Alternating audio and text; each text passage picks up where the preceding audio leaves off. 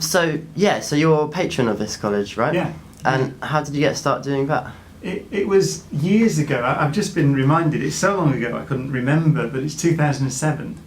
And I got involved completely by chance. And the college at the time had a sponsored awards ceremony. It's one of the great things that Teresa did to say, well, we should reward students. So I was booked and given a small fee. I just turned up, as like what you'd now call a corporate speaking engagement. But I was so impressed with the students and the school and Teresa and what she was trying to do, this vision for this school, that the first thing I did was give the feedback, because I thought, I'm not taking any of your money, this is ridiculous, you could buy a computer or something. And then I just wanted to stay in touch with the school. I found it actually an inspiring place. It's tremendous what's been done here. And, I've seen over these 7 years now the school's improve and improve and improve. So you met a lot of quite enthusiastic students. Oh yeah. But say a subject like the sciences aren't often quite as popular amongst younger people. What kind of engagement do you see that sort of helps spur younger children on? Well, actually they're getting more popular, fortunately, a lot more popular.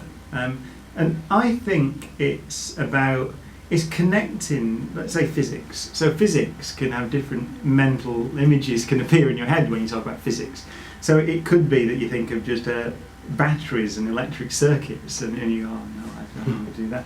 Or it could be that you ask questions like, what happened before the Big Bang? What seeded the formation of galaxies? How many solar systems are there out there with planets that could have liquid water on the surface? That's all physics and astronomy as well.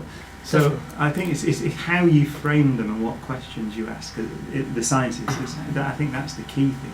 And what about, do you remember much of your earlier science education through, your primary, secondary school years, your college years? Do you remember, was there any kind of aspect of teaching which spurred you on at those points? Yeah, there was actually. I think we still have problems today with the syllabus. There's a delicate balance between teaching the basic tools you need if you want to go on to study more advanced science. So you've got to be able to do mathematics at some level, and it's at what pace do you teach people to do that.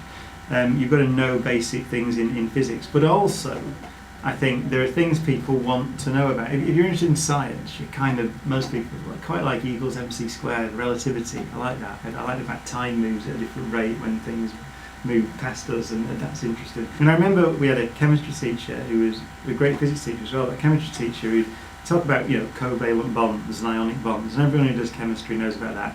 It can seem a bit dull, I think, anyway. It's not what bonds to what, sodium chloride and but then he just said, no, there's quantum theory behind this, and there's this thing called the Schrödinger equation, and it's got this thing called a wave function, and those are sides of the things for me that made it more fascinating, and just reinforces the idea that you want to learn about this stuff.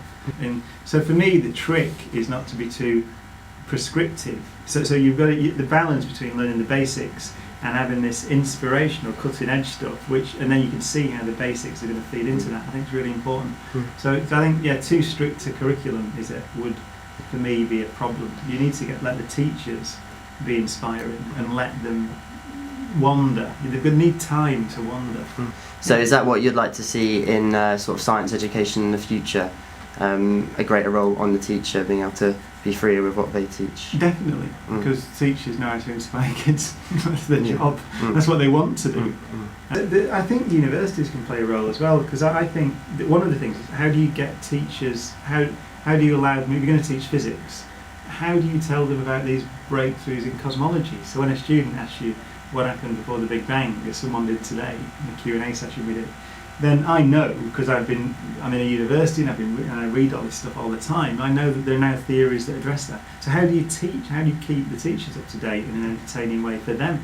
So were you always a model student yourself?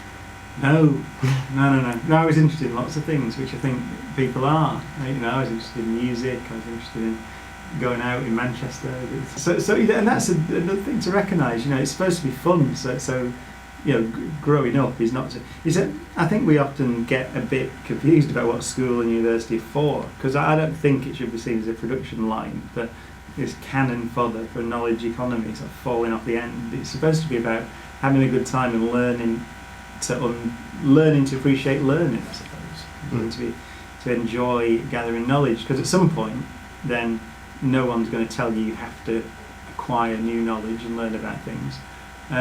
So you should be inspired to do it yourself. That's the point of education, I think. And so I think sometimes we do get a bit rather too much focused on saying, you know, you have to work extremely hard, you've got to pass that exam and that exam and that exam, and you're going to be tested all the way from the age of 5 and upwards. You know, I actually think that's ridiculous, personally. So some other way should be found. Yeah. So finally, is there any sort of tale or message that you would deliver to a younger child, which you would hope would inspire them more than anything else to learn? Yeah, I would say that you have access now. You're fortunate to be in a country, in an education system, where you have access to all the combined knowledge of humanity. Right, it's all there. You can get it in whatever field you're interested. It's accessible to you. So it seems to me it would be ridiculous, given that you've got access to everything that's ever been known, to not want to know a bit more about that, to find out what has been discovered over the last 5 years and 10 years. But then, you know, what did the Greeks know? What did the Romans know? It's a fascinating story and an opportunity you've got.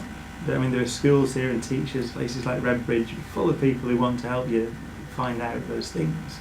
So do that. Access the sum total of human knowledge and find out as much as you can.